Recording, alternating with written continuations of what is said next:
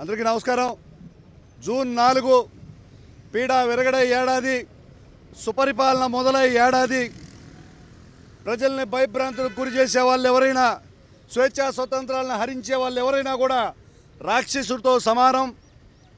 సరిగ్గా ఏడాది క్రిందట ఇదే రోజున ప్రజా తీర్పు వెలువరించిన రోజు ప్రజల్ని భయపెట్టే రాక్షసుడు లాంటి జగనాసురుడిని మదం వంచి అధపాతాళానికి తొక్కి 11 సీట్లకు పరిమితమైన రోజు. డెస్ట్రక్షన్ టు డెవలప్మెంట్, కూల్చివేయడం కాల్చివేయడం చేతనైన జగన్ ఈ సంవత్సర కాలంలో కూటమి ప్రభుత్వం నిర్మాణాలను చూసి బుద్ధి తెచ్చుకోవాలని మరొకసారి తెలియజేస్తుంటున్నాను. ఈ రోజున కూటమి ప్రభుత్వం విజయం సాధించి అభివృద్ధి ఒక పక్క, సంక్షేమం ఒక పక్క సమపాలలో మేళవిస్తూ చేస్తూ ముందుకు పోతుంటే వెన్ను పోటు అని వైసీపీ నాయకులు ఏదో ఈదులో తిరిగే పరిస్థితి ఉంది.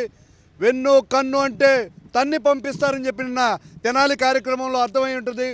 క్రిమినల్ని, రౌడీల్ని వెనకేసుకొచ్చి మా ఆస్తుల మీద, మా దస్తావేజుల మీద మీ ముద్రలు వేసుకొని స్వార్థ రాజకీయాలు చేసిన జగన్మోహన్ రెడ్డి పరిపాలనని ఎంత ప్రేమించారో అంత దూషించారు. రాబోయే రోజుల్లో జగన్ ప్రభుత్వం కనిపించే పరిస్థితి లేదు. చరిత్ర చూసినట్లయితే ప్రజల కోసం వాళ్ళ విలాసాలను పక్కన పెట్టి త్యాగం చేసిన ఎదురుగా ఉన్న గాంధీ లాంటి మహాత్ములందరినో చూసాము. ఈరోజు తన విలాసాలను పక్కన పెట్టి ఎన్నో గుడిసెల్లో దీపాలు వెలిగించి వాళ్ళ ముఖాల్లో చిరునవ్వు చూపించారు.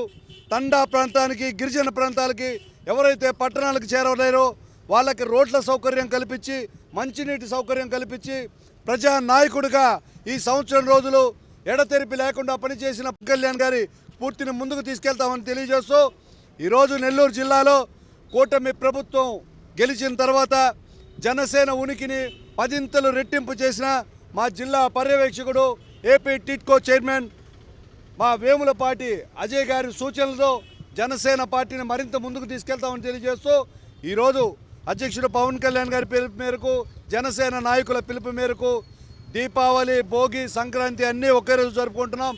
అందులో భాగంగా ఈరోజు గాంధీ బొమ్మ సెంటర్లో పీడ విరగదై సంవత్సరం అయింది, ప్రజలు స్వేచ్ఛా వాయువులు తీసుకొని సంవత్సరం అయింది అనే విధంగా ఇక భోగి పండుగ వేసి పీడలన్నీ దానిలో వేసి వదిలించుకున్నాం.